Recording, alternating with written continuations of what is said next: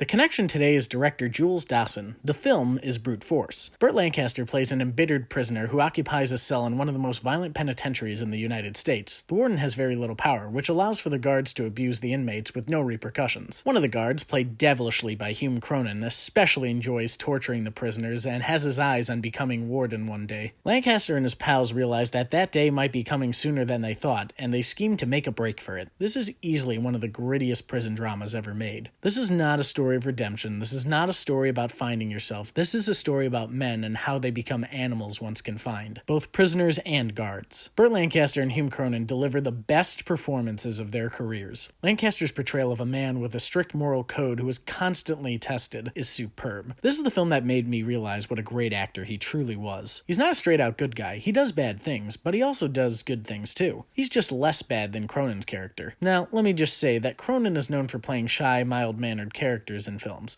Sometimes he's even the comic relief. Not only is he breaking typecast by playing a bad guy, but he delivers such an evil and terrifying performance that it makes it one of the greatest villains in film noir history. The script is impeccably written. The flashbacks are used carefully and creatively. They're primarily used to flesh out the characters' backstories, but it's not through the typical let me tell you a story technique. Most of the time we get a flashback when the characters are quietly contemplating. We get an inside look into their heads and see the moments that led up to their incarceration. It's like they keep playing those pivotal moments over and over because they wish they had done one thing differently that would have changed their fate. I think anyone, no matter how guilty you truly are, would do this, which makes the characters more relatable. For a film from the 40s, the violence is pretty graphic. The fights don't feel as cheesy as most films from this time frame. They're genuinely well choreographed. Director Jules Dassin is incredible at creating suspenseful scenes, and it's clear that this film was laying the groundwork for his masterpiece, Rififi. There are plenty of nail-biting scenes that make my heart pound every time I see them, especially the scenes between Cronyn and the inmates. You never know what method of torture he's going to use next, and when you figure out what he's going to do, you're horrified. I know many people watching this are probably wondering why I put this on the underrated reviews lineup, since this is actually a pretty well-known film, and it's even in the Criterion Collection. My reasoning was that even though this film is acknowledged, I think it's grossly underrated. As far as film noirs go, I think this should be among the ranks of Double Indemnity and The Maltese Falcon, especially with these stellar performances. Brute Force deserves to be more noticed, and to be considered one of the greatest film noirs ever made.